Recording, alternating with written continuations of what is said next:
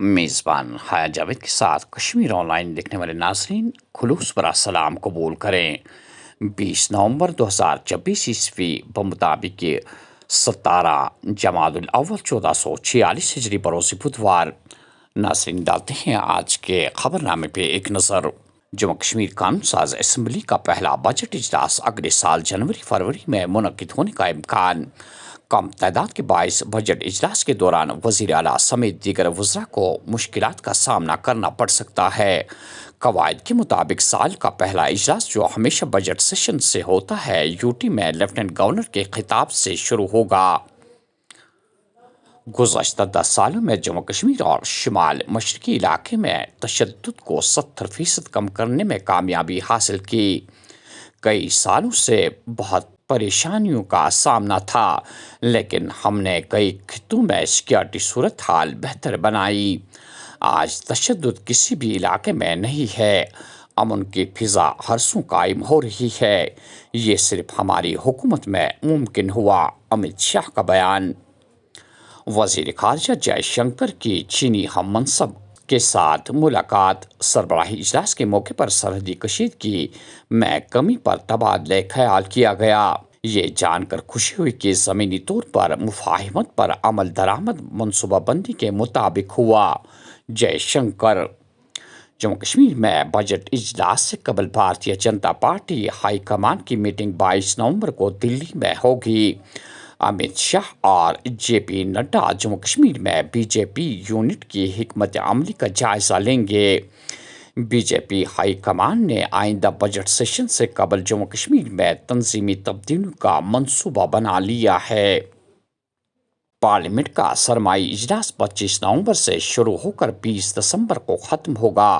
حکمت عملی طے کرنے کے لیے حکومت نے اتوار کو روایتی آل پارٹی میٹنگ طلب کر لی ہے۔ کرن رجیجو۔ پی ڈی پی پارٹی کا پارٹی صدر محبوبہ مفتی کی سربراہی میں پارٹی کا اہم اجلاس کل منعقد ہوا۔ اجلاس کے دوران کامیاب ہونے والے اسمبلی ممبران کی دفعہ 370 کا مدعا کھڑا کرنے پر حوصلہ افزائی۔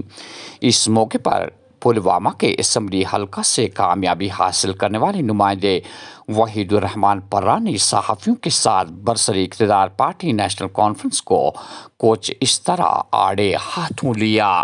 آج کی میٹنگ پیپلز ڈیموکریٹک پارٹی کی جو میٹنگ تھی محبوبہ جی نے چیئر کی ہے، اس کا غرض یہ تھا کہ ابھی پہلا جو اسمبلی سیشن جموں کشمیر میں ہوا ہے اسمبلی میں پچھلے 6 سالوں کے بعد، اور یہ جو کافی ویکیوم تھا جموں کشمیر میں، دہشت کا جو ماحول تھا، اور 370 کی بات جو نہیں کوئی کرتا تھا، خاص کر اس گورنمنٹ نے جو نارملائزیشن کا پروجیکٹ کیا، اسٹیٹ ہوڈ پر کا نیریٹو بلڈ کیا، اور جو P D P M L A کی پرفارمنس تھی اس پر آج بات ہوئی، اور کوشش یہ ہوگی کہ جموں کشمیر میں پالیٹکس کو ریوائیو کرنے کی کوشش ہوگی بنا ڈر اور دہشت کے۔ اور یہ جو نارملائزیشن ہے، جو عمر صاحب کی سرکار کوشش کر رہی ہے اسٹیٹ ہوڈ پر بات کرنے کی، نہ کہ کور ایشوز پہ 370 پہ اسپیشل اسٹیٹس پہ، تو ان کے خود الفاظوں میں بہت تضاد ہے، ان کے ریزولوشن میں تضاد ہے، اور ان کے یہ جو شروعات ہے جموں کشمیر میں کہ گورننس پہ ہی اور ڈی پولیٹیسائز کرنے کا جو انیشیٹو اٹھایا، تو اس پہ بات ہوئی۔ اور ہماری کوشش ہوگی پیپلز ڈیموکریٹک پارٹی کی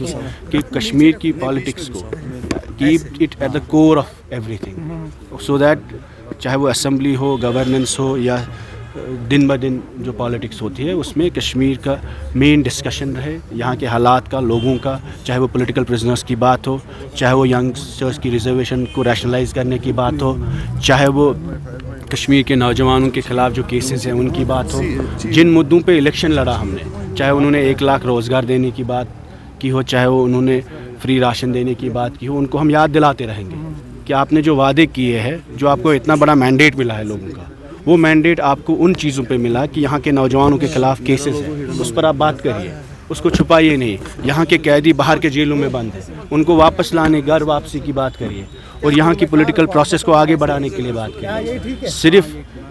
صرف ریویو میٹنگ سے، ایڈمنسٹریٹو فوٹو آپ سے، صرف شال دینے سے، صرف دلی جانے سے یہاں کے مسئلے حل نہیں ہوں گے۔ اور یہاں کی ایڈمنسٹریشن بھی اس سے پہلے بھی یہ کام کرتی تھی۔ غرض یہ ہے کہ یہاں کے جو ایموشنل ایشوز ہیں کشمیر کے 370 کو لے کر، 35A کو لے کر، جو ڈیموگرافک ایشوز ہے، اس کو آپ ایڈریس کریے. ہم اسمبلی میں بھی ہم نے وہ انیشیٹو کیا. تو آج محبوبہ جی نے ہمارے سارے جو تینوں ایم ایل اے کی پرفارمنس ہے ان کی تائید کی ہے. And we have decided that we will continue to work on similar issues in the future course. صبح کے اوقات میں شدید دھند کے بیچ وادی کشمیر شدید ٹھنڈ سے لوگوں کو سخت ترین مشکلات کا سامنا. مشہور سیاحتی مرکز پہلگام میں شبانہ درجہ حرارت -3.6 ڈگری سینٹی گریڈ کے ساتھ سرد ترین مقام رہا. رواں ماہ کے آخر تک موسمی صورتحال میں تبدیلی کا کوئی امکان نہیں. شبانہ سردیوں میں مزید اضافہ ہونے کا امکان. سری نگر کے آبی کارپورہ ریناواری ڈلگیٹ میں بھیانک آگ نمودار. اطلاع کے مطابق آگ اچانک ایک رہائشی شیڈ سے نمودار ہوئی اور دیکھتے ہی دیکھتے 1 درجن سے زائد رہائشی شیڈوں کو اپنے لپیٹے میں لے کر لاکھوں کی مالیت کا ساز و سامان خاکستر کر دیا. اگرچہ فوری طور آگ بجھانے والا عملہ جائے واردات پر پہنچا، تاہم اندرونی علاقے تک پہنچنے میں کافی دشواریوں کا سامنا کرنا پڑا. آگ لگنے کی خبر سننے کے بعد ممبر اسمبلی تنویر صادق جائے واردات پر پہنچ گئے اور متاثرین کو یقین دلوایا کہ ان کی بھرپور مدد کی جائے گی. شمالی کمان کے فوجی کمانڈر لیفٹیننٹ جنرل سچندرا کمار نے کشتواڑ کا دورہ کیا. سیکورٹی اور آپریشنل تیاریوں کا جائزہ لیا. فوجیوں سے بات چیت بھی کی. علاقے میں ملیٹنسی کے خطرات کو ختم کرنے کے لیے جاری آپریشن کی پیش رفت پر بریفنگ بھی دی. شہر سری نگر کے مختلف علاقوں میں ٹریفک پولیس کا کریک ڈاؤن جاری.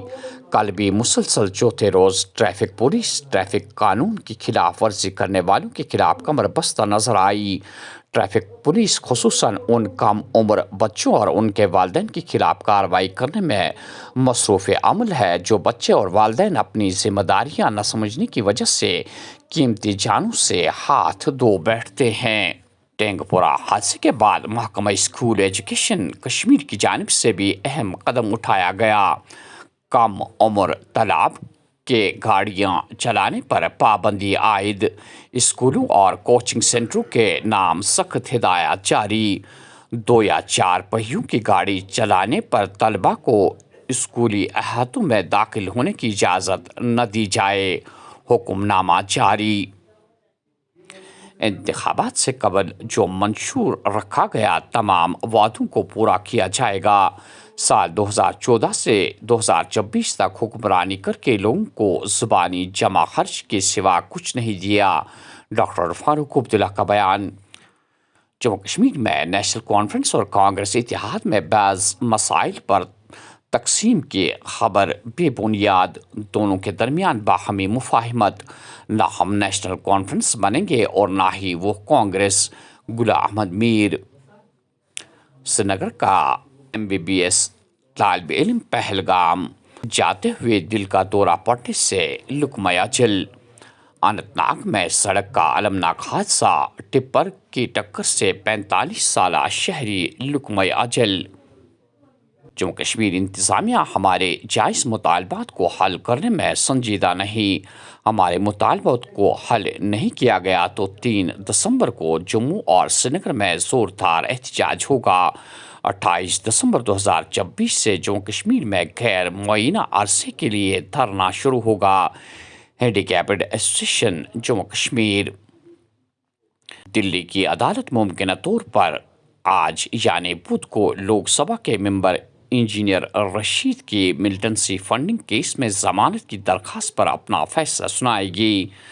تفصیلات کے مطابق عوامی اتحاد پارٹی کے سربراہ اور ممبر پارلیمنٹ برائے بارہمولہ انجینئر رشید کی ضمانتی عرضی پر آج یعنی بدھ کو دلی کی عدالت میں فیصلہ سنائے گی. ایڈیشنل سیشن جج چندرجیت سنگھ جو کل فیصلہ دینے والے تھے نے اس معاملے کو 20 نومبر تک ملتوی کر دیا.